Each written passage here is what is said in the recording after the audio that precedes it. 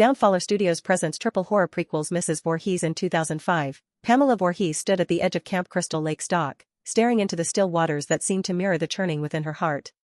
Her once vibrant spirit that had once fueled the kitchens of New York's finest restaurant had dimmed after her husband Mark's untimely death. Now, she found herself back in Crystal Lake, Ohio, the town that had quietly held her childhood and her dreams for a long-buried future. The sun was setting behind the groves of pine trees that surrounded the camp, casting long shadows over the dining hall where she now worked as the head cook. The kitchen, though smaller and less chaotic than those she had previously commanded, brought its own demands, especially with the camp's summer program in full swing. Pamela's children, Jason and Diana, were adjusting to life in Crystal Lake, each in their own way. Diana, vivacious and quick to form friendships, had thrived almost instantly. Her laughter echoed through the campgrounds as she played hide-and-seek or dipped her toes into the lake with her new friends. Jason, however, struggled to find his place.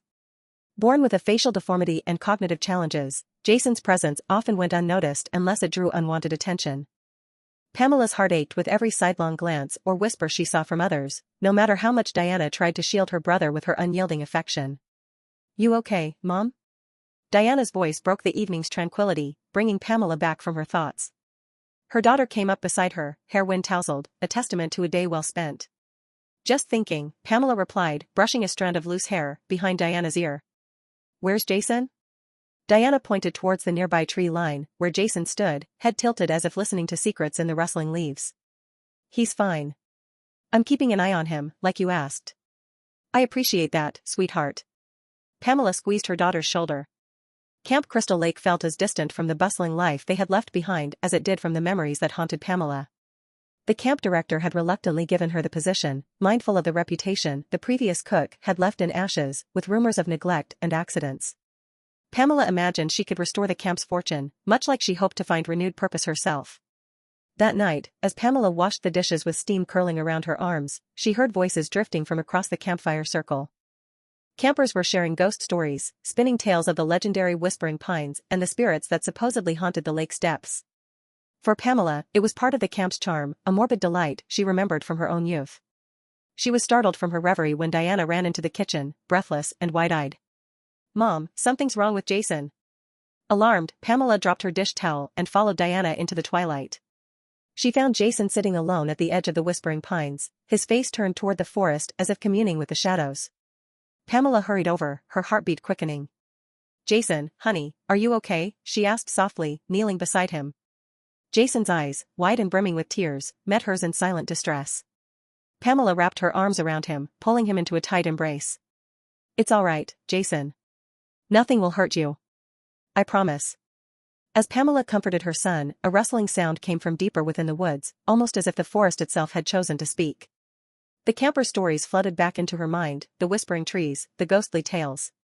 For a moment, she almost believed every word. That night, when the camp was quiet and the moon hung heavily over the lake, Jason's cries pulled Pamela from sleep. She raced to his side, finding him trembling in bed, sheets twisted around him. "Jason," she whispered, stroking his hair, to calm him. "What is it? What did you see?" His response was jumbled, words lost in fearful confusion, but she pieced together enough, shadows dancing through the trees, eyes glowing from the darkness. Pamela looked out into the darkness beyond their cabin but found nothing out of the ordinary. Determined to protect her children, Pamela decided to speak with the camp director the next morning. The camp needed better lighting, more patrols in the area surrounding their cabin. The director was dismissive, wrapped up in the logistics of their upcoming talent show. He assured Pamela that night terrors and overactive imaginations were common this far from city lights. Unsatisfied but understanding the limitations, Pamela took matters into her own hands. She began accompanying Jason wherever he went, keeping him close, and even setting a small lantern near their cabin's window to ward off the encroaching night.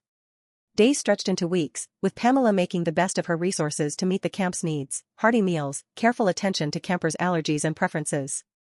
It was a distraction, a labor she took solace in while remaining ever vigilant over her children. It was during one particularly overcast evening when the camp was preparing for yet another bonfire that things took a darker turn. Diana, always protective of her brother, had noticed Jason's somber behavior and resolved to help. She led him to the campfire circle, encouraging him to sit and listen as the storytellers began their nightly rituals. As the fire flickered and the stories wove tales of mystery around them, Diana noticed Jason's gaze fixed not on the flame but the perimeter of the trees. Curiosity piqued, she rose quietly and walked towards the line of pines. "Diana, come back." Jason's voice cracked with fear, repeating the words with growing urgency. Unheeding, Diana paused just past the circle of firelight, peering into the thickening shadows. That's when she saw the faintest flicker of movement, like the shifting of a dark cloak behind a curtain of foliage. She took a step back, heart pounding in sudden alarm, but before she could shout a warning to the others, the world went stark with a blinding bolt of lightning, followed by the rolling crash of thunder. The campers squealed with delight at the dramatic effect, but Pamela, who had been watching from a distance, felt her skin prickle with foreboding. She abandoned her post at the dining hall and made her way briskly to the circle. "Diana, Jason, come here now," she called sternly, her voice brooking no argument. The children turned, and Pamela felt a wave of relief until she saw Diana's expression, a mask of worry shadowed by an unspoken understanding. The fear in her daughter's eyes told Pamela that the eerie sensations Jason had been experiencing were more palpable than the campfire tales whispered among the pines. That night, Pamela slept fitfully, waking to every gust of wind and creak of trees. Her sense of foreboding deepened with each passing hour, drawing her in dreams to the dock where the waters whispered secrets only the brave or foolish dared to hear. The next morning, with a knot of anxiety in her stomach, she resolved to take her children into town. An afternoon away from the lake's mysteries might settle their nerves. It was midday when they returned, laughter and good spirits somewhat restored. Yet as they approached their cabin, Pamela felt that prickle again, a sensation of being watched. She glanced back at the woods lining the camp, but all was as it should be. That evening, as another storm rolled through, the camp director approached Pamela with furrowed brows. A camper had gone missing, causing panic among the staff. Pamela's heart leaped with dread, she pulled Diana and Jason closer. As the rain splattered against the gravel paths and the counselors organized search parties, Pamela felt the weight of the lake, the history, and the lurking presence of secrets she barely understood. Their quiet retreat had become a place fraught with ghost stories turned real, and in the heart of the storm, Pamela sensed her family stood at its center. Determined to uncover the truth, protect her children, and confront this unspoken terror that lingered over Camp Crystal Lake, Pamela tightened her embrace on Jason and Diana. A new camp counselor pops out of the shadows, a high school senior from Springwood, Illinois named Fred Krueger, but his few friends that he has called him Freddy. Freddy wasn't really popular in his hometown. He was bullied a lot as a kid, but not now. He has good looks and brute muscles. He came to Crystal Lake to be with his cousin Robert for summer. Robert told Freddy that being a counselor will grant him a lot of fresh pussy. So Freddy agreed to become one. But Freddy has a dark side. As a kid he was known for killing and torturing small animals, which people thought was rumored mostly kids in Springwood, steered clear by Freddy. But here in Crystal Lake, Freddy can reinvent himself. Freddy has already become quite popular, and Freddy has never felt this way before, but Freddy has fallen for a hot girl who is a resident here in Crystal Lake, a hot blonde girl named Loretta Hewitt, who was really born in Texas, but when her father died, her mother moved her here. Loretta is quite smitten with Freddy.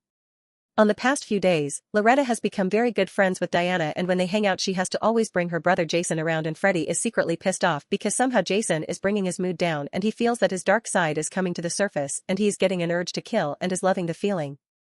Jason is feeling the dark vibes coming from Freddy. Later on after midnight, Freddy is alone naked in the woods slaughtering deer and rabbits and also bathing in the blood of the dead animals' bodies. Freddy turns around and he sees Jason watching him, and Freddy is shocked, and he turns around and he runs up to Jason and he gets in his face and he realizes that Jason is sleepwalking and Mrs. Voorhees is carrying a big flashlight screaming out Jason's name, and Freddy runs away towards the darkness. Freddy, sensing Jason's growing animosity, began to terrorize him around the camp. He played cruel pranks and subjected Jason to relentless psychological torment. Jason wanted to tell his mother, but she was consumed by her duties and failed to notice the escalating conflict between Freddy and her son. Diana, caught in the midst of this turmoil, tried to mediate between Freddy and Jason, but her efforts proved futile. Freddy's obsession with Loretta and his desire to eliminate Jason grew stronger by the day. In a chilling turn of events, Freddy lured Jason to a secluded spot near the lake and mercilessly drowned him. The aftermath of Jason's death left Pamela and Diana devastated. The camp, once a place of joy and laughter, was now shrouded in grief and sorrow. Unable to bear the pain and memories associated with the tragedy, the owners of the camp, the Christie, made the difficult decision to close Camp Crystal Lake a month out of respect, leaving behind a haunting legacy that would forever echo through the annals of horror. 10 months later, Glenn and Dorothy Christie decided to reopen the camp. Dorothy made the decision by the way of saying one death shouldn't be the reason to lose money, because this summer business is their fuck you money, and she is not going to fuck that up just because of one fucking accident. Glenn has a soft spot for Pamela, who he used to date her back in junior high and somehow still love her, wants to keep camp closed out of respect, but Dorothy says no fucking way. Pamela has been completely devastated by the death of her son. It has completely consumed her. She blames Diana for not watching him, also blamed the counselors. She thinks it was an accident, but we know it was a fucking murder by Freddy Krueger, who is not coming back to camp for obvious reasons. Freddy is now working as a janitor at the Springwood power plant, and he is still in contact with Loretta. Jason Voorhees was Freddy Krueger, first victim, and Freddy felt validated and like a god after killing Jason, which starts him hunting and murdering children. But first thing first. Pamela has been seeing a therapist named Jennifer Melfi, who was from New York, who she had served in a 5-star restaurant a few years ago. Pamela has made a lot of progress with trying to forgive her daughter on not protecting her little brother, but now her bond with Diana is stronger for it, but she's still angry at the counselors for not watching them, and she really get pissed when she finds out that they have reopened the camp. Pamela tries to reason with Glenn, and Glenn really wants to make Pamela happy by doing this for her, but Dorothy is calling the shots. Pamela has been working at a diner for the last months, and it's been hard living paycheck to paycheck. Pamela goes to Glenn to beg him for the head cook job at the camp, and Glenn tries to plead with her that working at the camp will mess with her psyche, but Pamela reassures Glenn that it won't. Pamela and Diana return to the camp following summer, and as soon as they get settled in, Jason's death day comes flashing back to both of them, but they shake it off and go on with their day. Glenn appeared, offering a reassuring smile as he approached me. His presence was both comforting and unsettling. I forced a smile back, masking my inner turmoil. Memories of Jason's laughter echoed in my mind, mingling with the haunting silence of the camp. Glenn spoke of plans to revitalize the camp, his enthusiasm evident. I nodded, feigning interest, while resentment simmered beneath my calm exterior. My heart ached with the weight of unspoken grief and anger. How could he reopen this place? Did he not know what had happened here? Did he not care? I wanted to scream at him, to rail against his callous disregard for my pain. Instead, I bit my tongue and listened as he spoke of the new counselors who would be arriving tomorrow. I would have to make sure there was enough food for everyone. He patted my shoulder before walking away, oblivious to the turmoil he had stirred within me. I watched him go before turning back to the cabin. My grandmother had once told me that our family had a dark history, one that involved resurrection and curses. She had spoken of a book, one that held the power to bring back loved ones from beyond the grave. The Book of the Damned, she called it. I had always thought she was crazy, but now I was desperate enough to try anything. Anything to bring back my son. I walked up the hill, my heart pounding in my chest. The cabin loomed before me, dark and foreboding. I pushed open the creaky door and stepped inside. My family had lived here for generations, and yet it had been years since anyone had set foot in this place. Dust covered everything, and cobwebs hung from the corners of the ceiling like macabre tapestries. I walked through the main room, my eyes adjusting to the dim light within. A door at the back caught my attention, one that I had never noticed before. I pushed it open and found myself in a narrow corridor. The air was stale and musty, heavy with the scent of decay. I walked down the hall, my heart pounding in my chest. A door at the end of the hall was slightly ajar, and I pushed it open slowly. Inside I found a small room that seemed frozen in time. A large safe stood against one wall, covered in dust and cobwebs like everything else in the cabin. I walked over to it and examined the lock closely. My hands trembled as I reached for the dial, my heart pounding in my chest. I turned the dial slowly, listening as the tumblers clicked into place. Finally, with a soft click, the safe swung open. I reached inside and pulled out a large leather-bound book. The cover was old and cracked, adorned with strange symbols that seemed to shimmer in the dim light of the room. I opened it slowly, revealing yellowed pages covered in handwritten text. The words danced before me, dark magic swirling through them like a living entity. I closed my eyes and took a deep breath before opening them again. This time I focused on the pages at the back of the book, searching for anything that might help me. As I flipped through them, a piece of parchment slipped from the book and fell to the floor. I picked it up slowly, my eyes widening as I recognized the symbols on it. They were the same ones my grandmother had spoken of so many years ago. According to her tales, these symbols would summon Anthony Valor, the devil's son himself. I stood slowly, my heart pounding in my chest. What was I doing? This was madness, and yet I had to try. Anything to bring back Jason. Anything at all. I walked back to the main room of the cabin, the parchment clutched in my hand. I cleared a space on the table and laid it out, tracing the symbols with my finger. I closed my eyes and focused on the words of incantation that my grandmother had spoken of so many years ago. They echoed in my mind, tempting me to try. What did I have to lose? I whispered the words slowly, feeling a strange tingling sensation in my fingers as I traced the symbols. The air grew heavy, and shadows danced around me. I opened my eyes slowly, and gasped as I saw him standing before me. Anthony Valor was tall and imposing, his eyes dark and menacing. His presence was like a living entity, one that wrapped itself around me like a shroud. "What does she seek?" he asked, his voice a chilling whisper. I swallowed hard before speaking, forcing myself to meet his gaze. "I want my son back," I said, trying to keep my voice steady. "He drowned in Crystal Lake last summer." Valor's eyes narrowed as he listened to my words. "And what will you give me in return for this gift?" he asked, slowly. His voice was like silk, smooth and seductive. I hesitated, unsure of what to say. My grandmother had never told me what the cost would be, only that there was one. I swallowed hard before continuing. "I'll give you anything you want." Valor's eyes gleamed with dark promise as he stepped closer to me. "Anything?" he repeated slowly. His voice was a caress, one that sent shivers down my spine. I nodded slowly, unsure of what I was agreeing to. "Anything to bring back Jason."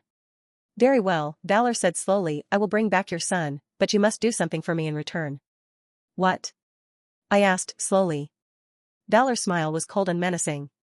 "Kill all those who are on the land of Crystal Lake," he replied slowly. "Their souls will belong to me, and you will be the Reaper." I felt a chill run down my spine at his words, but I pushed it aside. "Anything to bring back Jason. And when you die," Valor continued slowly, "your son will take over the duties." I felt a wave of relief wash over me at his words. "What if I want out of the deal?" I asked slowly. Valor's eyes gleamed with amusement at my question. "You'll need an enchanted dagger," he replied slowly. "And your daughter will have to slay you." I felt a wave of horror at his words, but I pushed it aside. "Why her?" I asked slowly. Valor's smile was cold and menacing. "Because that's the way it was written," he replied slowly.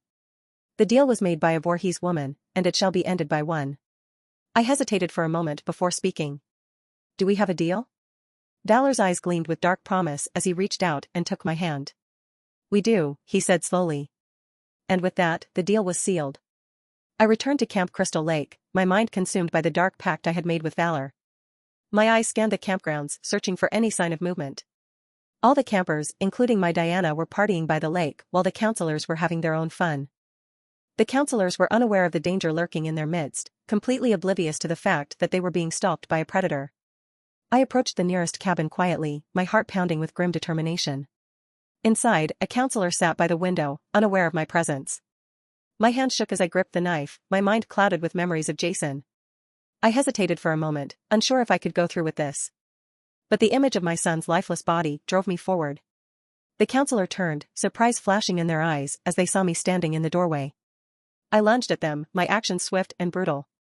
The room filled with chaos and fear as I attacked them. Blood stained my hands, but I felt no remorse, only a twisted sense of duty. The counselors were completely unaware of my presence, oblivious to the fact that they were being stalked by a predator.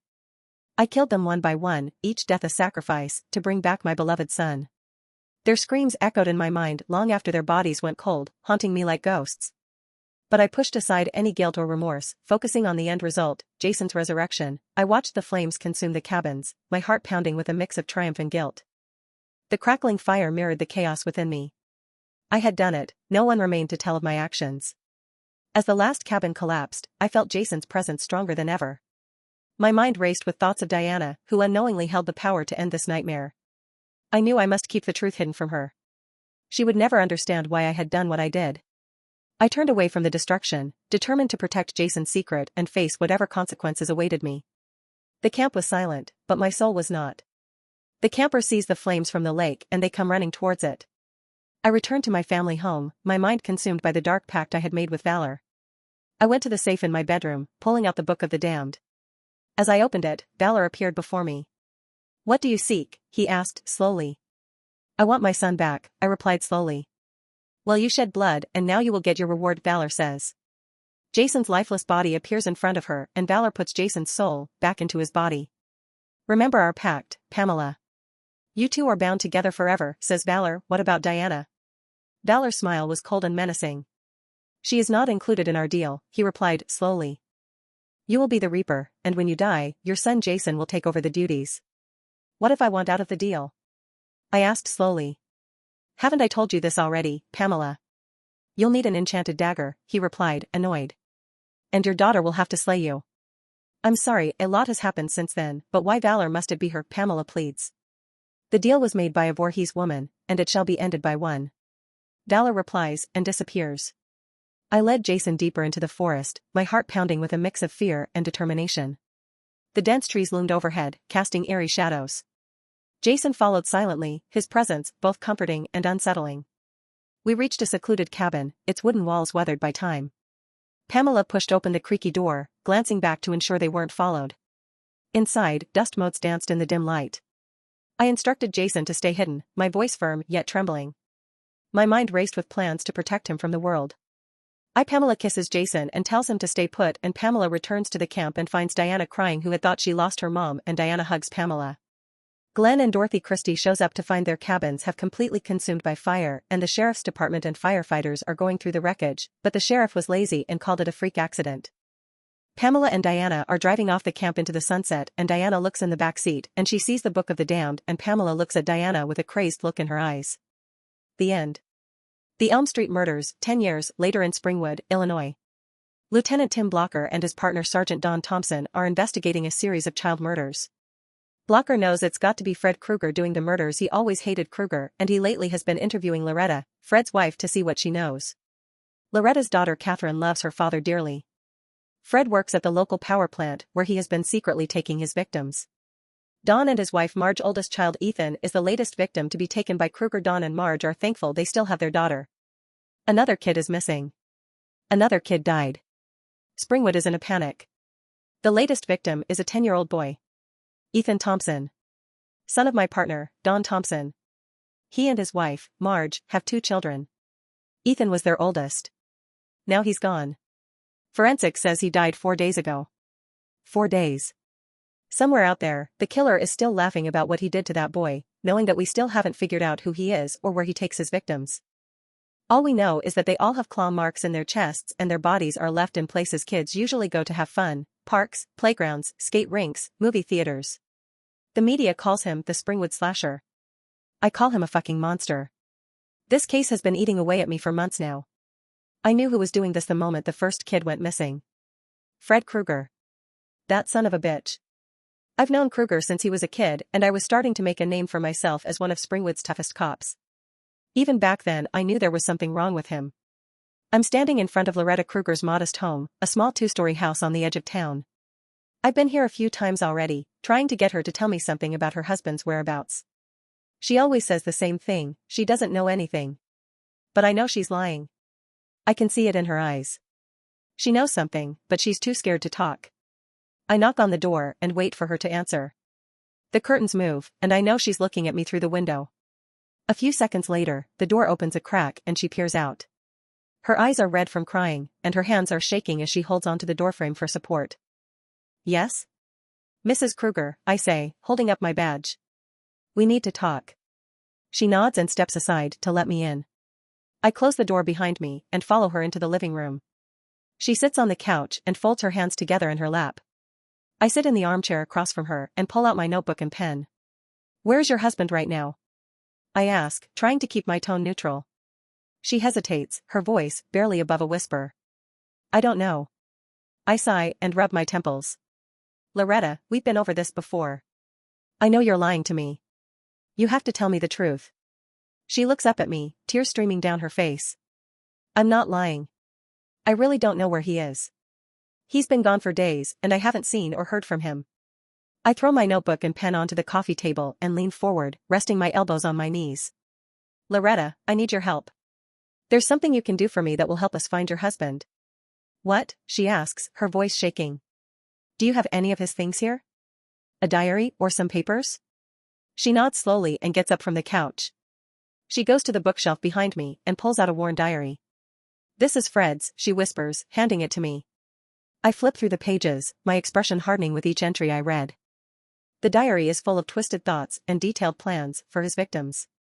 I close the diary and look up at Loretta. Thank you, I say, standing up. She nods and wipes her nose on her sleeve. I turn to leave, but then I hear a voice behind me. Mom, what's going on? I turn to see a girl standing in the doorway, her eyes fixed on the diary in my hand. She's about 13 or 14 years old, with long blonde hair and blue eyes. She looks just like her mother, but there's something about her that reminds me of Krueger. Something in her eyes that makes me shiver.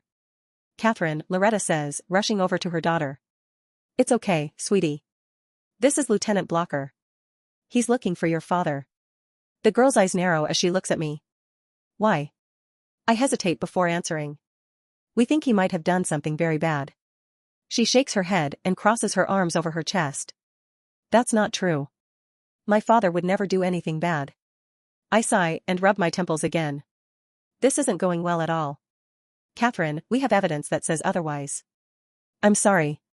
She looks at me, her eyes wide with shock. No, she whispers. That can't be true. I nod and look down at the diary in my hand. I'm afraid it is. She shakes her head again and takes a step back. No, you're wrong. My father is a good man. He would never hurt anyone. I look up at her and see the tears in her eyes. She's torn between loyalty to her father and doubt about what he's done. Catherine, I need your help, I say, trying to keep my voice soft. If you really believe your father is innocent, then help me prove it. She nods slowly and wipes her eyes on her sleeve. There's something, she says, looking around nervously. My father has a secret hiding spot in the attic. Maybe we can find something there that will prove he didn't do anything. I smile and nod. That's a great idea. Let's go take a look. She nods and leads me upstairs, to the attic. Her heart is pounding with fear and anticipation as she pulls out the ladder to the attic. I follow her up into the dusty space, my gun drawn just in case Kruger is hiding up here. She points to a loose floorboard in the corner. Check under there, she whispers. It might hold his secrets. I kneel down and pry the board open with my tense hands. Dust swirls up as I lift the board, making me cough. I pull out a small box and blow the dust off the top. I open it and find a bunch of disturbing photographs and mementos from the victims. Catherine gasps and covers her mouth with her hand as she looks at the pictures. Tears well up in her eyes as she realizes her father's guilt. I close the box and put it in my pocket, my jaw tightening with anger.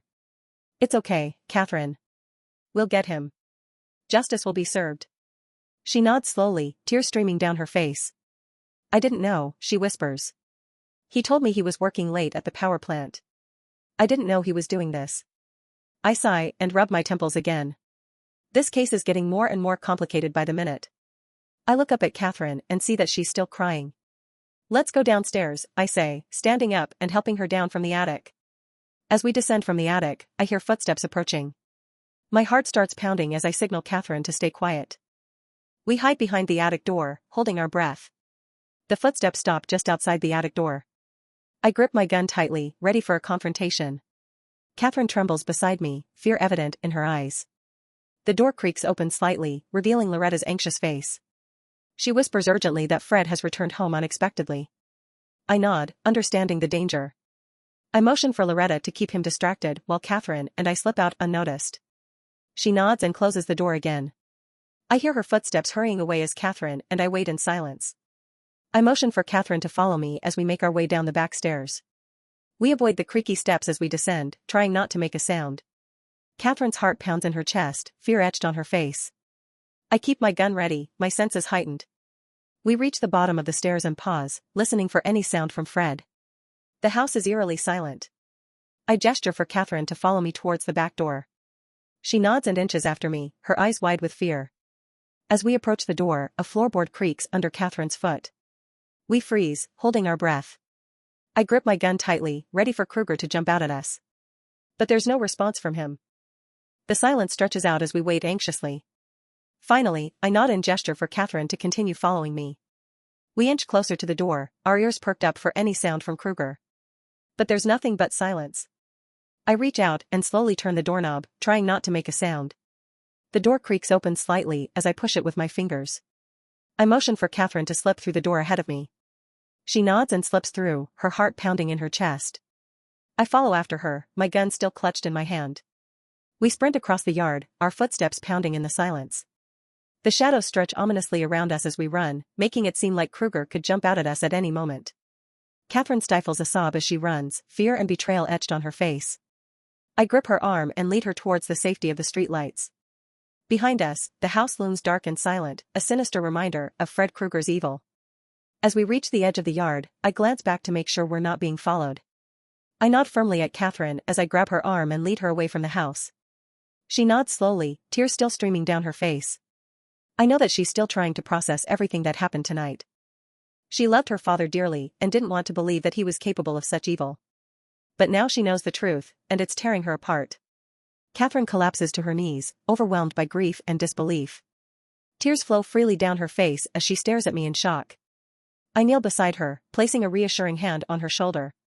"Stay strong, Catherine," I urge softly. "We'll get justice for those kids." She nods slowly, wiping her tears with trembling hands. I hear a distant noise from the house and tense up immediately. I scan the area anxiously, my ears perked up for any sign of Kruger. But he's nowhere in sight. Satisfied that we're safe for now, I help Catherine to her feet. She trembles as she stands, still trying to process everything that happened tonight. I guide her towards my car parked nearby, keeping a close eye out for Kruger. As we walk, Catherine struggles to come to terms with the weight of betrayal and loss. She leans on me for support as we approach the car. I open the door and help her inside before walking around to the other side. As I slide into the driver's seat, I notice Catherine staring at me in shock. Her eyes are wide as she tries to process everything that happened tonight.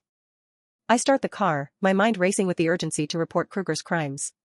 Catherine sits beside me, silent and shaken. Her eyes are red from crying as she stares out the window. I keep an eye on the rearview mirror as we drive away, wary of any pursuit by Kruger. But he's nowhere in sight.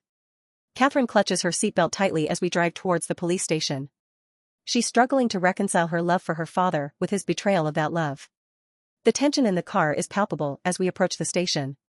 I park and turn off the engine before turning to Catherine. "It'll be okay," I reassure her softly. "We'll get justice for those kids." She nods slowly, still trying to process everything that happened tonight. I get out and walk around to her side, opening the door for her. She steps out, still trembling with fear and grief. Inside the station, we're met by Sergeant Don Thompson. His face is etched with determination and grief as he stares at us. I nod at him as Catherine and I approach. "The bastard did it," I tell him bluntly. "He's been taking those kids from the power plant." Don's eyes narrow as he stares at me.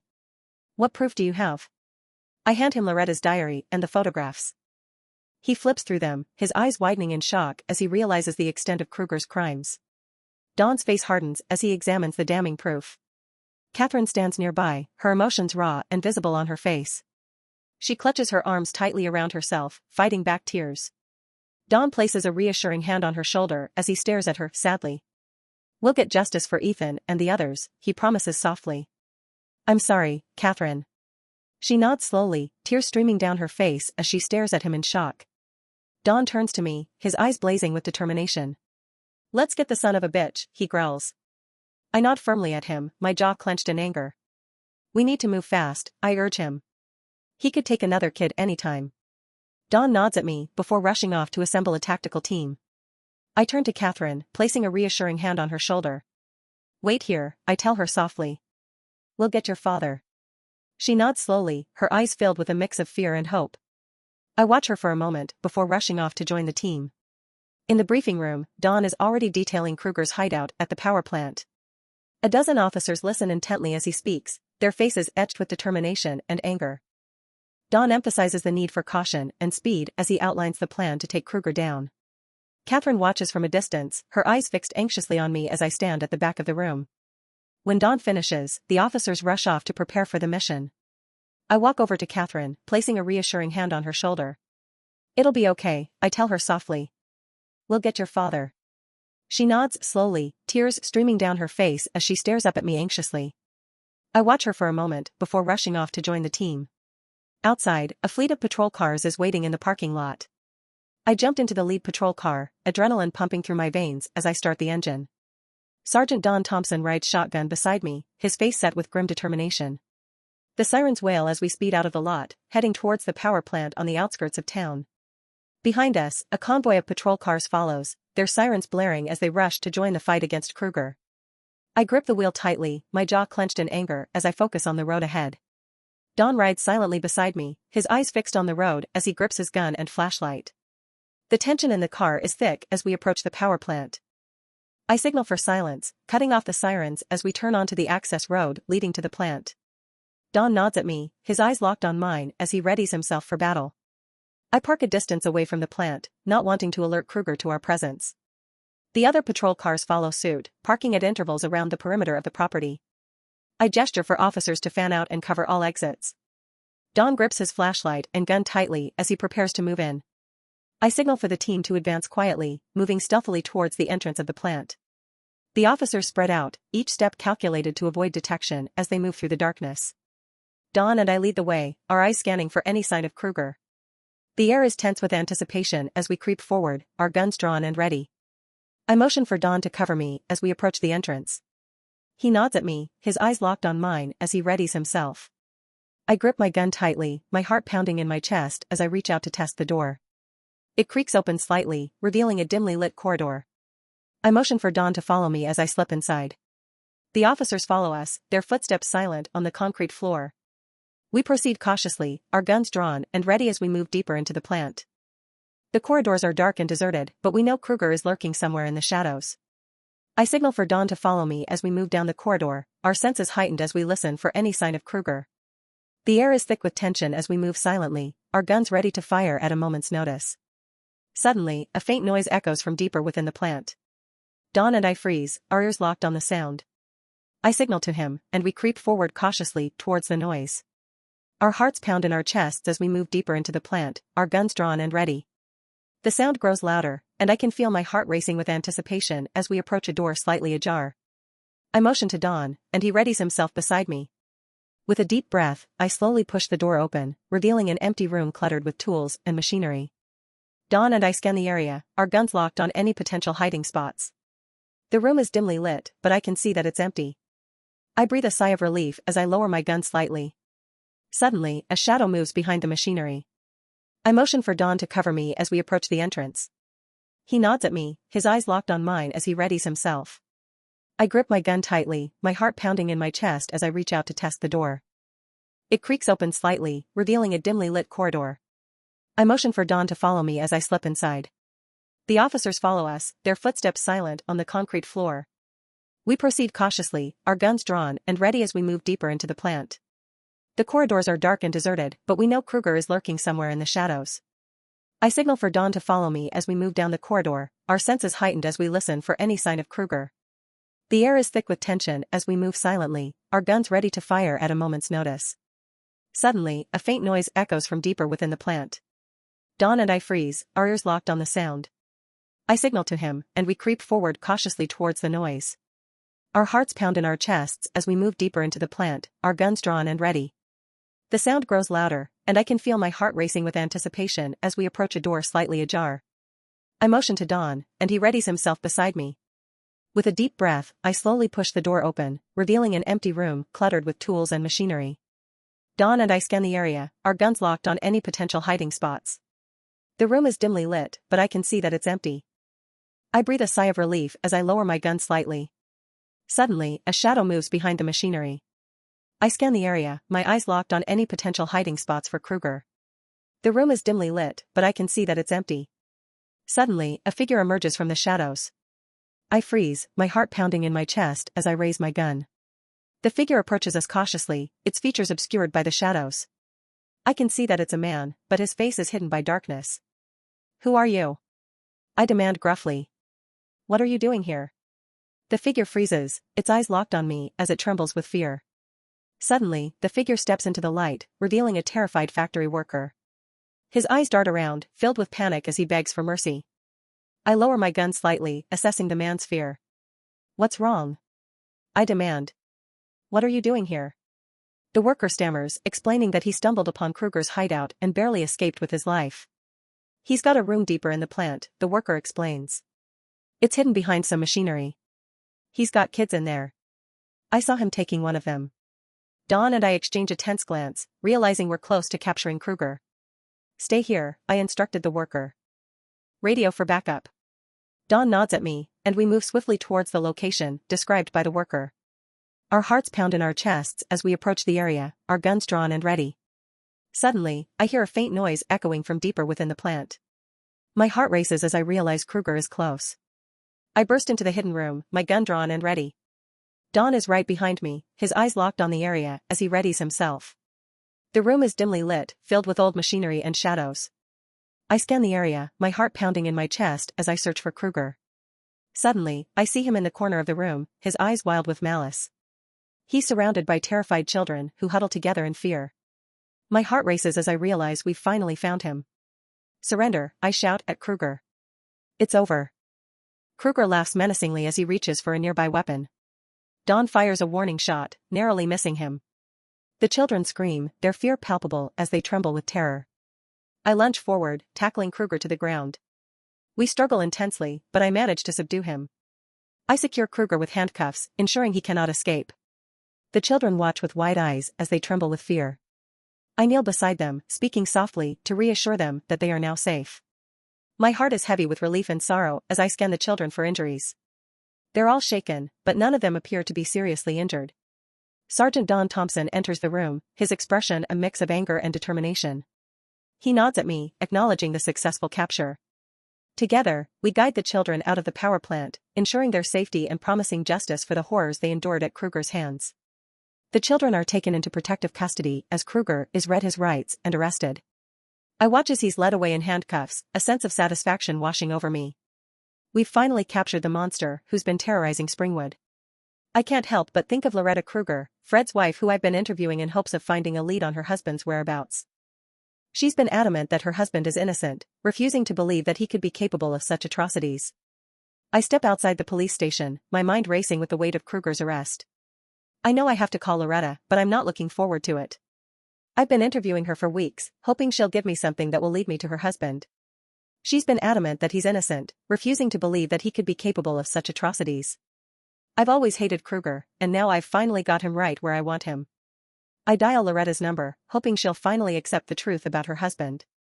As the phone rings, I prepare myself for her reaction. Loretta answers on the third ring, her voice tight and wary. Hello? Mrs. Kruger, I say gruffly. It's Lieutenant Blocker. I have some news about your husband. What is it? She demands. He's been arrested, I explain bluntly. We found him at the power plant. He had a room filled with kids. We caught him in the act. Silence follows my words, and for a moment, I think we've been disconnected. Suddenly, Loretta gasps. Oh my God, she whispers. No. She breaks down, sobbing uncontrollably. I listen as she cries, knowing that the truth has finally sunk in. Are the children okay? She asks, her voice trembling. They're safe, I confirm. We got them out in time. They're being taken care of. My words offer little comfort as Loretta's world shatters around her.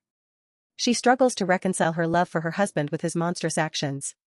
Loretta clutches the phone, her mind racing with memories of happier times, now tainted by betrayal. I listen to her cries, understanding the weight of her pain. Loretta, I say gently. You need to think about Catherine. Your daughter needs you right now. I hear footsteps in the background as Catherine enters the room. Mom, she says, hugging Loretta tightly. We'll get through this together. Loretta clings to her daughter, tears streaming down her face as she whispers apologies for not seeing the truth sooner. Catherine holds her mother, feeling a mix of anger and sadness. Zero, her father, the man she loves dearly, is a monster. She struggles to reconcile her memories of him with his heinous actions. It's okay, Mom, Catherine says softly. We'll get through this. We have to stay strong. The bond between them strengthens in their shared grief and betrayal. I watch from a distance, understanding the emotional turmoil they face. The road ahead will be challenging, but I'm determined to support them through the aftermath of Kruger's crimes. As I hang up the phone, my mind turns to Sergeant Don Thompson and his wife Marge. Their oldest child Ethan was Kruger's latest victim. Don and Marge are thankful that they still have their daughter Nancy, but their family has been torn apart by Kruger's actions. I'm sitting at my desk when I receive the call. Lieutenant Blocker, I answer. Fred Kruger has been released, a voice says on the other end of the line. What? I demand. There was an error in the paperwork.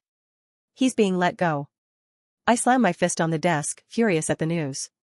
Kruger is driven by vengeance, and now he's free to act on it. He'll come for me first, knowing that I'm the one who put him behind bars. My family is in danger, and I have to act fast to protect them. I rush home, hoping to get there before Kruger does. As I pull up to the house, everything seems normal. I dash inside, calling out to my wife Sarah. She doesn't answer, and my heart races as I search the house for her and our twin daughters, Lisa and Merritt.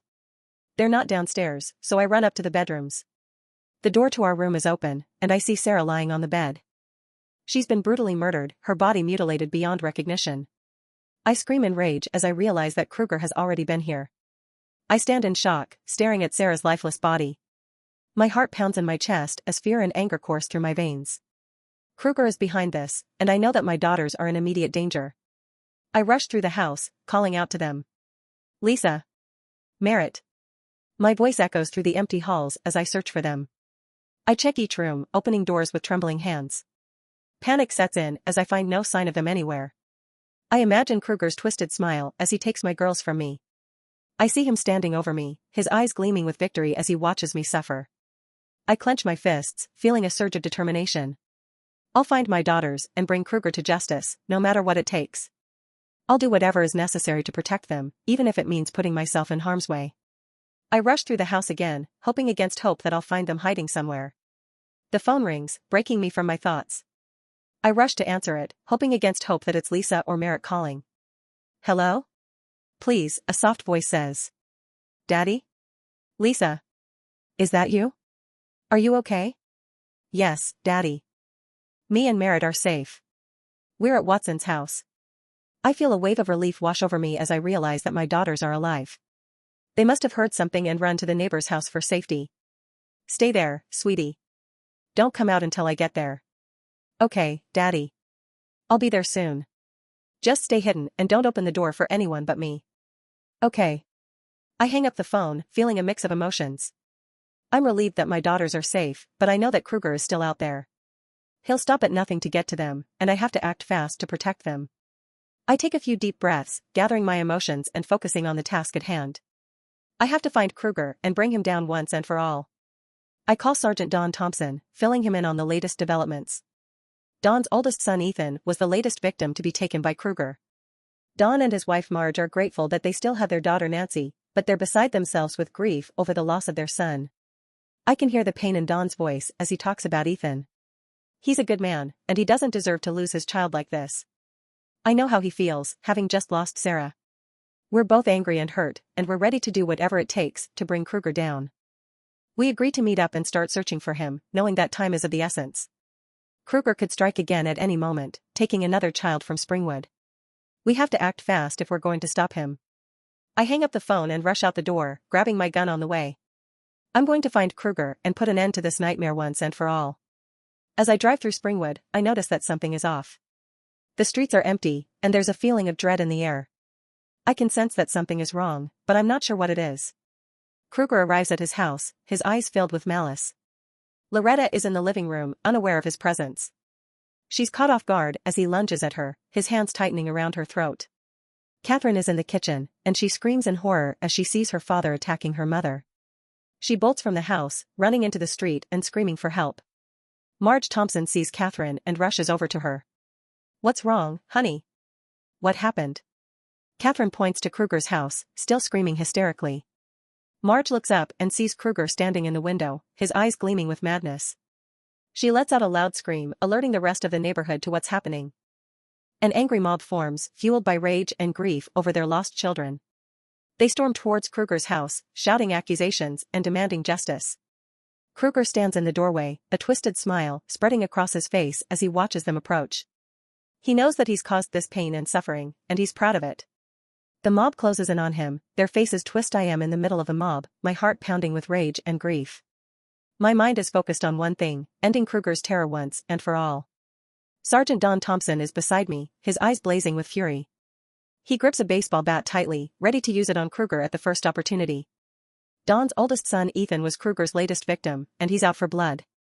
As we reach the front yard, Kruger taunts us from the doorway. Come on, he says, his voice dripping with malice. I've been waiting for you. The crowd surges forward, shouting for justice.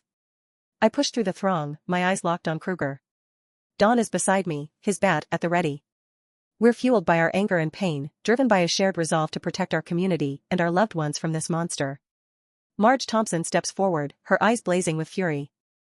She's holding a bottle, and she fills it with gasoline from a nearby can. She lights a rag that's stuffed into the neck of the bottle, creating a makeshift Molotov cocktail. With determination in her eyes, she hurls the bottle through Kruger's window. The bottle shatters, and flames engulf the room inside. The mob cheers as the fire spreads rapidly, consuming Kruger's house. I watch in horror as the flames engulf the structure, destroying everything in their path. Don stands beside me, his eyes gleaming with satisfaction. I can sense his pain and anger, but I also see a glimmer of relief that he'll never have to worry about Kruger again. The fire rages on, consuming everything in its path. The mob cheers, their cries echoing in the night as they watch Kruger's house burn to the ground. I'm torn between horror and satisfaction at the escalating violence. I know that we've crossed a line by burning down Kruger's house, but I also know that we had no other choice. We had to take drastic action to protect ourselves and our community from this monster. I dash towards the burning house, my heart pounding in my chest. The smoke stings my eyes, and I cover my face with my shirt as I push through the front door. The flames crackle around me, casting eerie shadows on the walls. I can feel the heat emanating from them, and I know that I have to move quickly if I'm going to survive. As I move deeper into the house, I spot Kruger standing in the living room.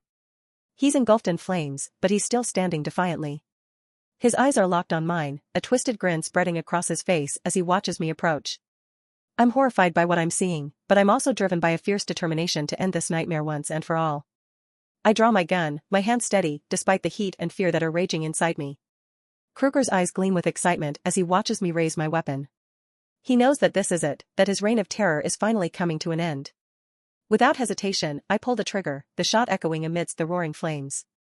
Kruger falls to the ground, his body motionless as the fire consumes him. I dash back through the house, desperate to escape the inferno. The flames are spreading rapidly, and I know that I have to move quickly if I'm going to survive. I leap through the front door, landing hard on the ground outside. The mob cheers as they see me emerge from the burning house. Their cries echo through the night as they watch justice being served. My heart is pounding in my chest, fueled by adrenaline and relief. I've done what needed to be done, I've ended Kruger's reign of terror once and for all. But as I stand there, watching the flames engulf what's left of Kruger's house, I'm haunted by the violence that's unfolded. I've seen things tonight that will haunt me for the rest of my life, things that will fuel my nightmares for years to come. I spot Don standing off to the side, his eyes locked on the burning house. 1 year later I am haunted by vivid dreams of Fred Kruger. Each night, I hunt him in a dimly lit boiler room, armed with a shotgun. The room is dark and foreboding, lit only by the faint light that filters through the grimy windows. Kruger is hiding in the shadows, waiting for me to find him. I move cautiously, my senses on high alert as I search for any sign of him. Suddenly, I hear a faint scratching sound, the same sound that Kruger's razor-blade glove makes when he's dragging it across metal. My heart pounds in my chest as I follow the sound, my gun at the ready. Kruger emerges from the shadows, his eyes gleaming with excitement as he watches me approach. He's wearing his dirty red and green striped sweater, his face twisted into a grotesque grimace. I raise my gun, firing repeatedly as Kruger charges towards me. But he doesn't die, instead, he keeps coming, his eyes blazing with fury. Suddenly, he leaps forward, slashing at me with his razor-blade glove. I feel a searing pain as his blades slice into my chest. I jolt awake, drenched in sweat. My heart is pounding in my chest, and I can feel the fear coursing through my veins. I sit up, trying to shake off the vivid images of Kruger that are still echoing in my mind. The room is silent, but my ears are still ringing with the sound of gunfire and screams. I glance at the clock, realizing that it's early morning. I've only been asleep for a few hours, but I know that I won't be able to drift off again. My mind is racing, haunted by the echoes of my dream. I'm frustrated and angry. I thought that I'd finally found some peace after Kruger's death, but now I realize that his ghost still haunts me. I throw off the covers and get out of bed, padding over to the bathroom in my bare feet.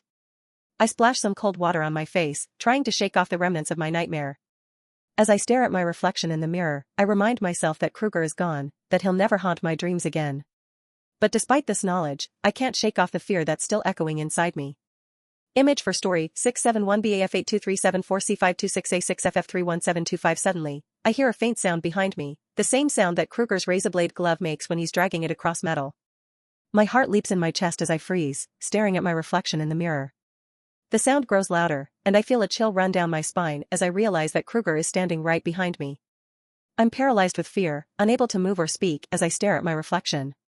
Suddenly, Kruger's gloved hand emerges from the shadows, slamming into the mirror and shattering it into 1,000 pieces.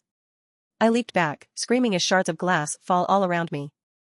Kruger's laughter echoes through the room, chilling me to the bone. My heart is pounding in my chest as I scan the room, gun drawn and ready for an attack. Kruger attacks me from the side and I dropped my gun and I quickly dodges his attacks and I start a boxing combination and I grabbed Kruger by neck and start slamming his head into the bathroom sink. And my feet are burning due to standing on the broken glass and Kruger knocks me off him and I fall to the floor and my face hits the glass and Kruger grabs the back of my head, grinds my face into the glass, cutting up my face and tries to reach out to my gun. Then I feel Kruger tearing into my Back with razor blade glove bleeding out, and Kruger turns me over and says to me, "Blocker, you thought this was over?" "No, Lieutenant, not by a long shot." Kruger starts narrating. I took my glove and tore into his chest to make a complete statement that Freddy is alive and well, and I am coming for the children of Elm Street, hence my words. Sins of the father will rely on the children, Freddy Krueger. The end is just the beginning. The Death of Judith Myers, in 2015, Hanfield, Illinois. I was 16 and horny as hell. I wanted sex, and I wanted it now. My boyfriend, David Kyle, captain of the Hanfield High School football team, wasn't giving it to me. So, I got it from somewhere else. My teacher, Scott Doyle, was fucking me senseless whenever he could get away with it. My parents hated David. They hated the fact that I was dating him. They hated the fact that I was fucking my teacher even more. But, hey, a girl's gotta get it where she can get it. I wasn't a virgin when I started fucking Scott. David had taken my virginity when I was 15 and he had been fucking me ever since. But David was getting a little boring. It was the same old shit every time. Missionary position. Doggy style. Occasional anal. He never went down on me and I never gave him head. So, when Scott came along with his kinky shit, I was all over him. I snuck out of school, my heart racing with anticipation. I had texted Scott and told him to meet me behind the gym. He knew what that meant. I was going to fuck his brains out. I hid behind a dumpster, peeking around every few seconds to see if he was there yet. I didn't want anyone to see us. Especially not Charlotte. She knew about Scott and me, and she didn't approve. She kept telling me that I was going to get hurt, but I didn't believe her. I knew what I was doing. Or at least, I thought I did. As I waited, I saw Charlotte watching me from across the parking lot. She looked concerned and I knew she was trying to warn me of impending doom. But I waved her off, dismissing her silent warning. I didn't need her telling me what to do. I was a big girl and could take care of myself. A few seconds later, Scott came around the corner, his eyes scanning the area for any signs of danger before locking onto mine. Scott wanted to call it off between us so he can get back with wife Betty, but I changed his mind quick with I started sucking his hard-dripping cock. My heart skipped a beat as he walked towards me, his presence electrifying the air around us. We exchanged heated glances, before disappearing into the shadows behind the gym. I was in the fucking zone, my mind numb to anything but the feel of Scott's cock inside me. But then, I heard Charlotte's voice, her words laced with urgency. "Judith, you have to listen to me. I've been trying to warn you for weeks now. You're in danger." I rolled my eyes, annoyed at her interruption. "What are you talking about?" I asked, not really caring. "You have to stay away from Scott," she said, her eyes wide with fear. "He's not what you think he is." I laughed, thinking she was just jealous that I had a man and she didn't. But then I saw the look on her face and I knew she was serious. "What do you mean?" I asked, my heart pounding in my chest. "He's a member of the Cult of Thorn," she said, her voice barely above a whisper. "They're using you to fulfill a dark prophecy." My world came crashing down around me as I stared at her in disbelief. "What?" I asked, my voice shaking with rage. "They're going to kill you," she said, tears streaming down her face. "But I won't let them. I found a spell that will protect you." I gripped her hand tightly, my eyes wide with fear. "Tell me everything," I demanded.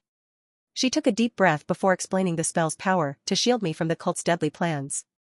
Her voice trembled as she described the ritual, emphasizing the urgency. I listened, my heart pounding in my chest as I tried to wrap my head around what she was telling me. I didn't believe in magic and spells, but I knew Charlotte did. She had been practicing witchcraft for years and claimed to have the ability to see into the future. I had always thought it was a bunch of bullshit, but now I wasn't so sure. "What do you need from me?" I asked, trying to push aside my skepticism. "I need you to trust me," she said, her eyes pleading with mine. "I'll need some things from you. A piece of your hair, a drop of your blood," she trailed off, looking at me nervously. "What?" I asked, not liking where this was going. "A picture of you," she said finally. "Why?" "Because the spell requires an image of the person being protected." I shook my head, not liking this one bit. "Fine," I said finally. "But you have to promise me one thing." "What's that?" I hesitated, unsure of how to ask. "Promise me that you'll keep this between us. I don't want anyone else to know." She nodded, her eyes wide with understanding. "I promise. Now let's get started, before it's too late." I watched as she gathered the necessary items for the spell. She took a strand of my hair and placed it on top of a photo of me. Her hands were shaking with determination as she placed them on a makeshift altar in her dimly lit room. I watched, anxiety twisting my stomach as she began to chant softly. Her eyes were closed, her face tilted upwards as she focused on the spell's power. I felt a strange energy building around us, like an unseen force was stirring in the shadows. Suddenly, the room grew cold and a gust of wind extinguished the candles. Charlotte gasped, her eyes flying open as she felt the spell's energy surge through her. I grabbed her arm, panic rising in my chest. "Is it working?"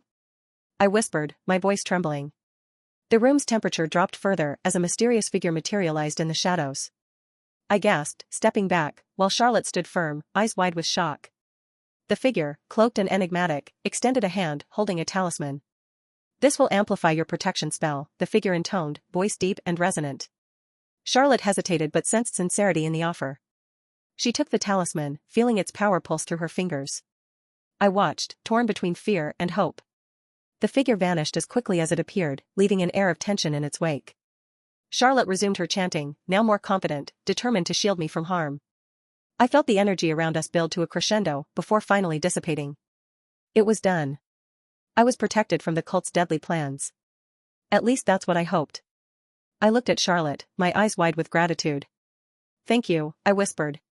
She nodded, tears streaming down her face as she hugged me tightly. "You're welcome." We stood there for a moment before I finally pulled away and looked at the clock on her wall. "Oh my God," I said, panic rising in my chest. "I have to go. My parents are going to kill me." I grabbed my jacket and purse, preparing to leave. That's when I noticed a hidden compartment in Charlotte's altar. Curiosity piqued, I opened it, revealing an ancient book bound in black leather. The cover was adorned with strange symbols that seemed to shimmer in the dim light of her room. The book was called The Book of the Damned. I opened the book, flipping through its yellowed pages. My eyes widened as I read the words, my heart pounding in my chest. This was no ordinary book. It was a tome of forbidden knowledge, a collection of dark rituals and spells that promised power beyond mortal comprehension. I felt a shiver run down my spine as I delved deeper into the book's secrets. That's when Charlotte noticed what I was doing. She rushed over to me, her face pale with fear as she snatched the book from my hands. "This is dangerous," she warned, her voice trembling. "You don't understand what you're playing with." I felt a mix of intrigue and apprehension as I looked at her. "What is it?" I asked, trying to keep my voice steady. "It's the Book of the Damned," she said finally, her eyes wide with fear. "It's a collection of spells that promise power beyond mortal comprehension." She carefully locked the book away, her hands shaking as she looked at me. "Promise me you'll forget what you saw," she said finally, her voice firm. I nodded, unsure of how to respond. My mind was racing with questions, but Charlotte insisted we focus on safety. I reluctantly agreed, feeling a mix of fear and curiosity. That's when we heard footsteps approaching. It was David, looking for me. He noticed our tense expressions and frowned. "What's wrong?" he asked, concern etched on his face. I hesitated, unsure of how to respond. I couldn't tell him the truth about the spell or the cult's deadly plans. He wouldn't understand. I decided to fabricate a story instead, hoping he would buy it. "It's just school stress," I said finally, trying to sound convincing. "I'm worried about my grades." He nodded sympathetically, pulling me into his arms. "I'm sure you'll do fine," he said finally, kissing the top of my head. "You're smart. You don't have anything to worry about." I smiled weakly, feeling a pang of guilt for lying to him. We left Charlotte's house shortly after that, walking through the quiet streets of Hanfield in silence. I was dropped off at home a few minutes later, watching as David drove away with a wave. My mind was still swirling with thoughts of the cult and the protective spell Charlotte had cast for me. I had to push it from my mind, focusing on more mundane things instead. I forced a smile as I walked into the house, greeting my parents in the living room. They were watching television, my mom knitting a blanket while my dad read a book. "Hey sweetie," my mom said, looking up at me. "How was your day?" "It was fine," I replied, walking over to give her a quick kiss on the cheek. "I'm going to watch some TV in my room. I'll see you in the morning." "Okay honey," she said finally, smiling at me. I walked up the stairs, feeling a mix of relief and frustration. That's when I noticed Michael sitting on the floor outside my room. He looked up at me with wide eyes, grinning from ear to ear. "Hey Judy," he said finally, scrambling to his feet. "Do you remember what tomorrow is?" I smiled weakly, feeling a pang of dread in my chest. "Of course I do," I said finally, trying to sound cheerful. "Halloween," he said finally, bubbling with excitement. "I'm going to go trick-or-treating with my friends." "That sounds like fun," I said finally, trying to sound enthusiastic. We're going to hit every house on the block. I'm going to dress up as a clown.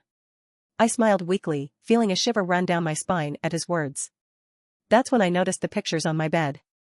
They were of me and Scott, both of us naked and entwined in each other's arms. My heart raced as I looked at them, feeling a mix of shock and horror. That's when I noticed Michael standing in the doorway, looking at me with wide eyes. "Judy," he said finally, "what are those?" I felt a wave of rage wash over me as I looked at him. "Get out," I screamed finally, slamming the door in his face. He started pounding on it, begging for forgiveness. I ignored him, trying to calm down instead. That's when I noticed the envelope on my nightstand.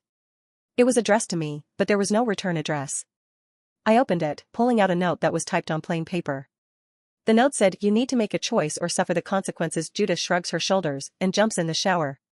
Moments later, Judith is in bed thinking about the Book of the Damned. The next morning, Michael is fixing himself a bowl of cereal and Judith pours herself a glass of orange juice and Judith looks outside and sees her father flirting with the neighbor Mrs.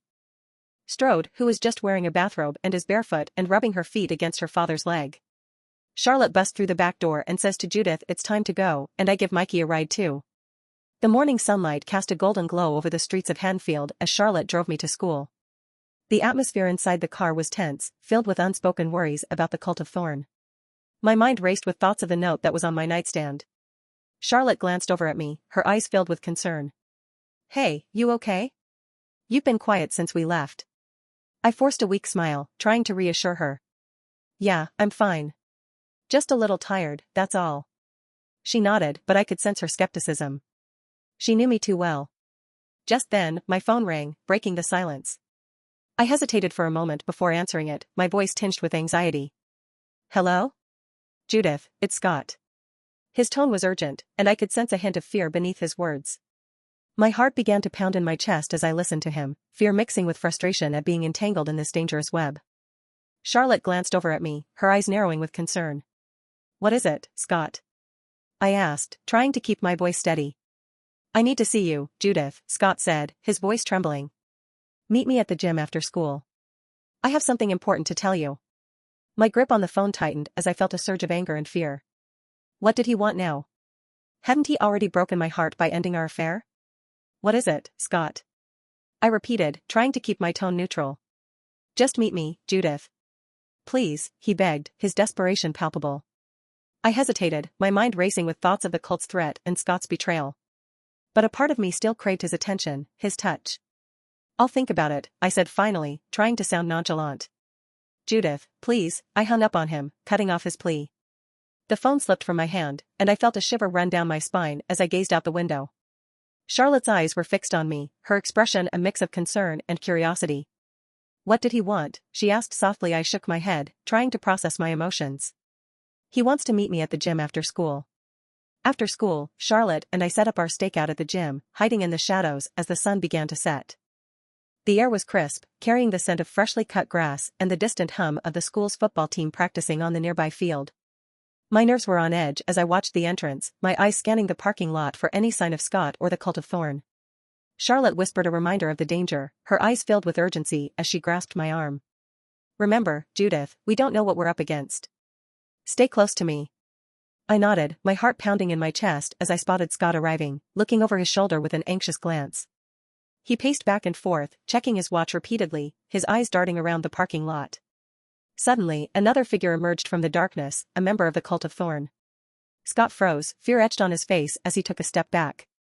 I held my breath as Charlotte prepared to intervene, her hands weaving intricate patterns in the air. We stepped out from our hiding spot, confronting Scott and the cultist. The cultist revealed himself as Dr. Terrence Wims, a figure of authority in the town, his presence unsettling, and his eyes cold. He wore a tailored suit, his silver hair slicked back, and a gold watch glinting on his wrist. "Dr. Wims?" I asked, my voice laced with confusion.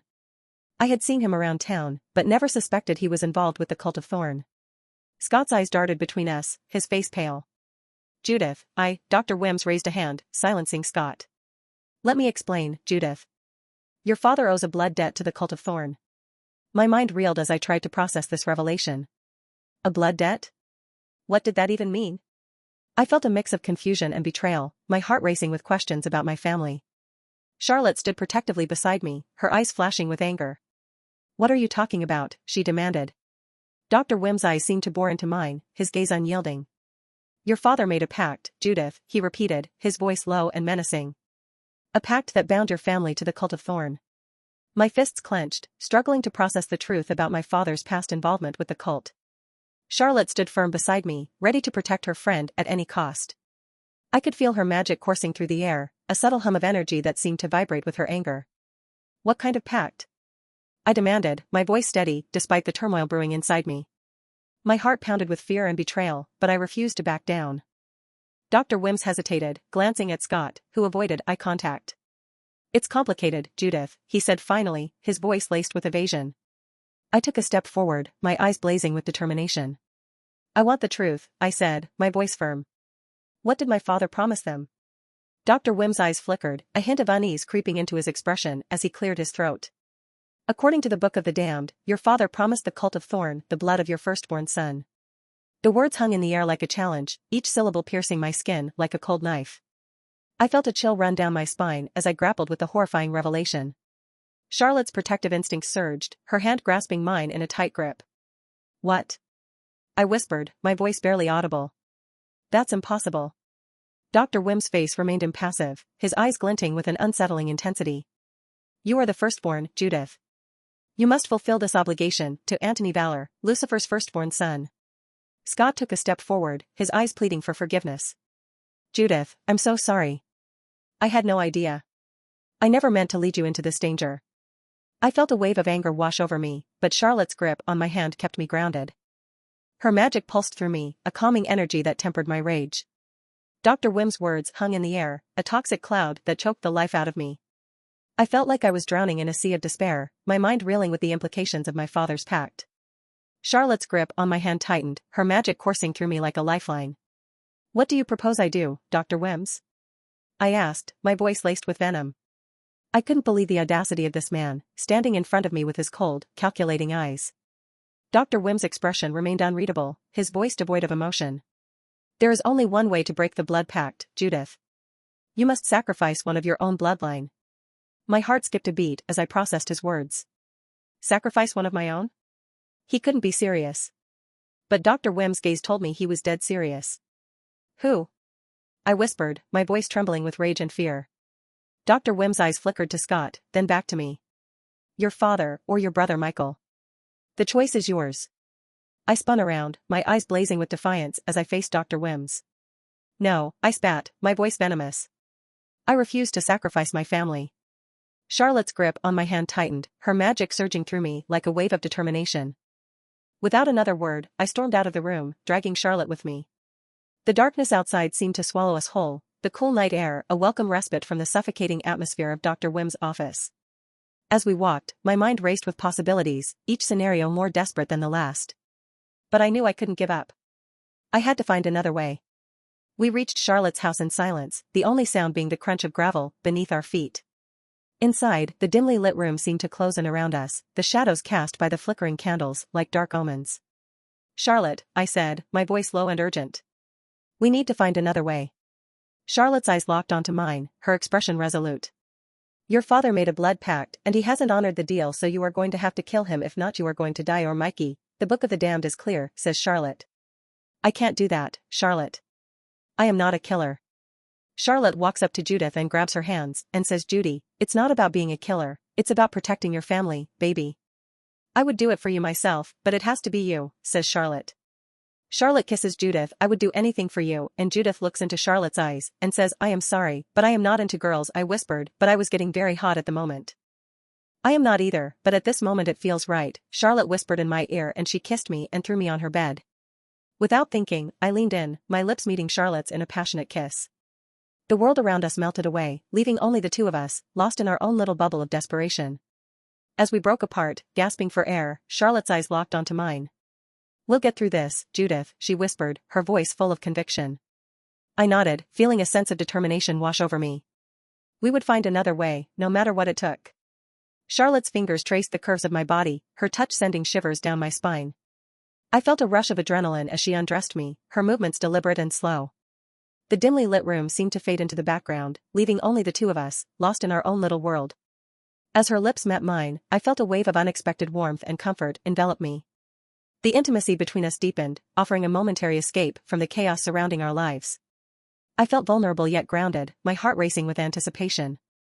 Suddenly, Charlotte's head jerked up, her eyes locking onto something behind me. I spun around, my heart skipping a beat as I saw the shadowy figure standing in the doorway.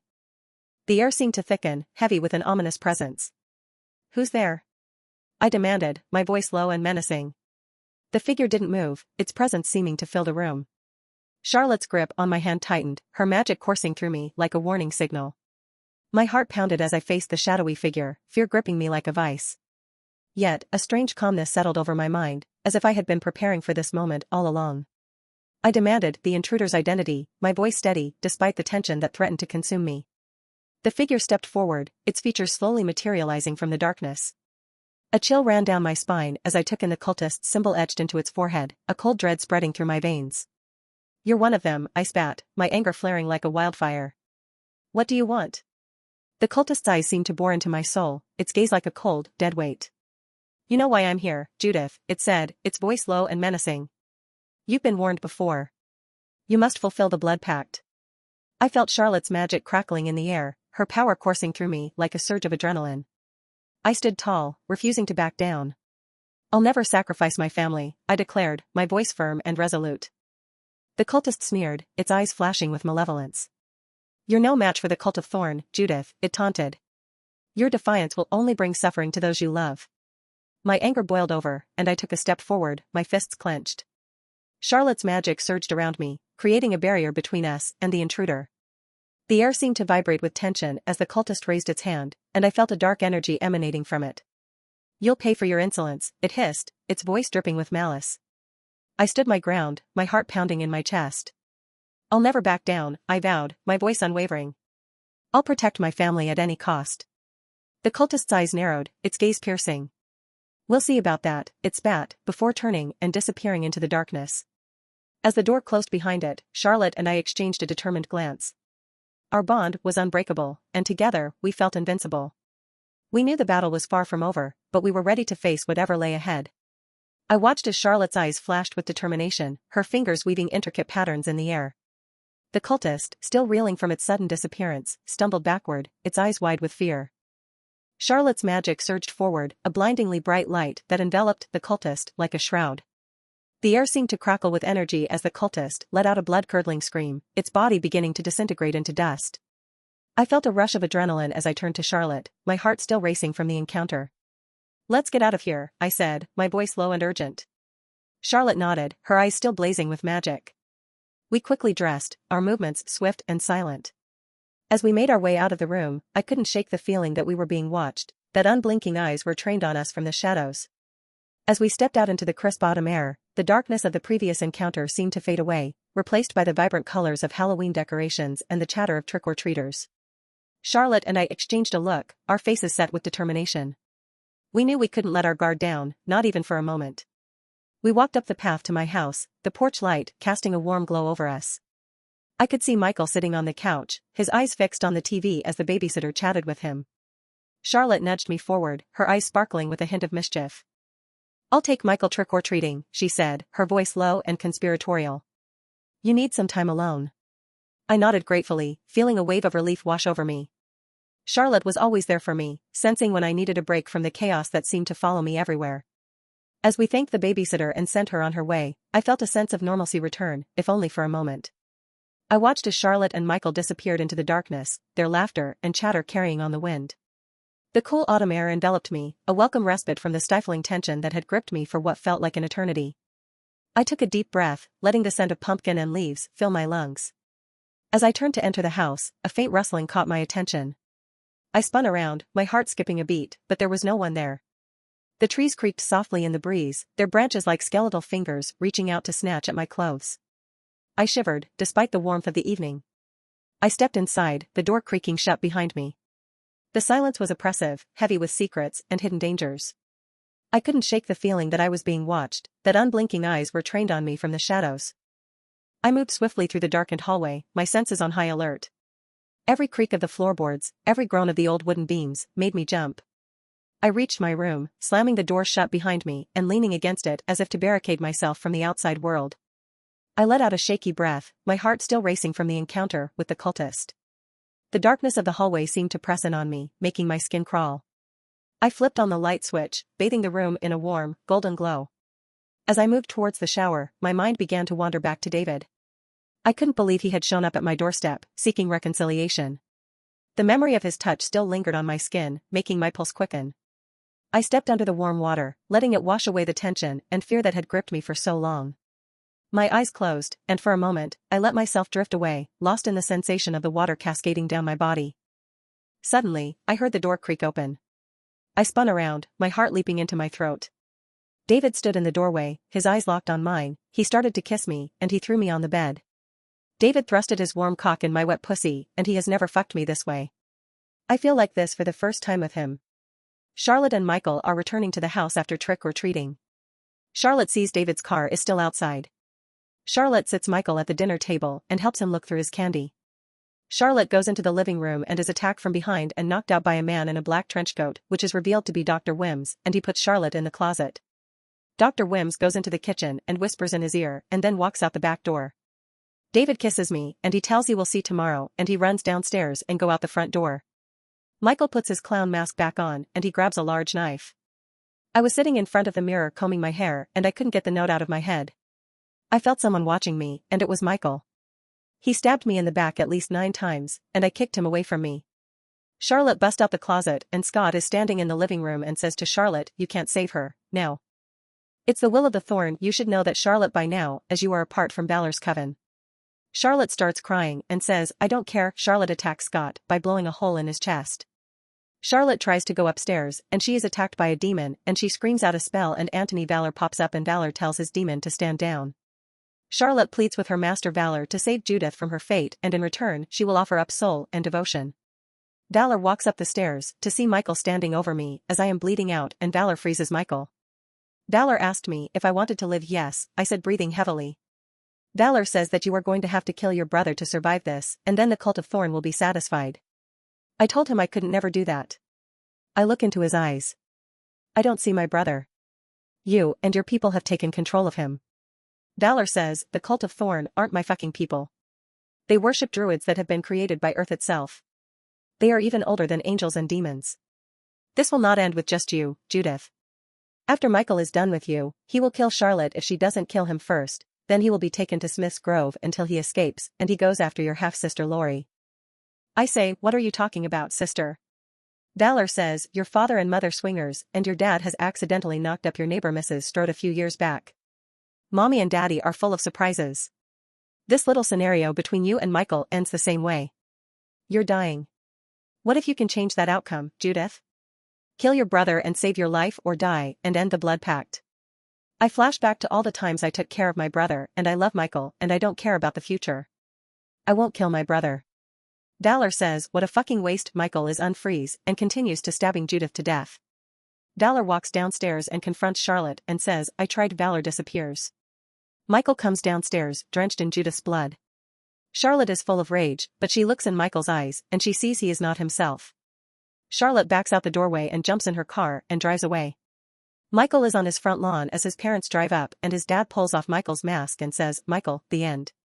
Alternative ending. I flash back to all the times I took care of my brother, and I love Michael, but I can't let the cult of Thorn win. This is not my brother. I want to live. Valor says, well, fight for your life, Judy. Valor unfrees Michael, and I grabbed the knife and pushed Michael off of me, and I got up, but I am bleeding everywhere. Charlotte comes running up the stairs. Michael grabs the knife, and Charlotte tries to attack from behind, and Michael stabs Charlotte in the face, and she falls over the stairs and breaks her neck. I was heartbroken, and Michael runs at me, and I grab my history book, and it's getting stabbed by the knife. I knocked him with the book, and Michael fell to the floor. Michael gets up and grabs a nail file and stabs me in the leg and knocks me down and goes for the knife, and I quickly grabs him, and he got the knife and slices my face, and I threw him out my bedroom window, and he fell on the white picket fence, and its head went through his heart.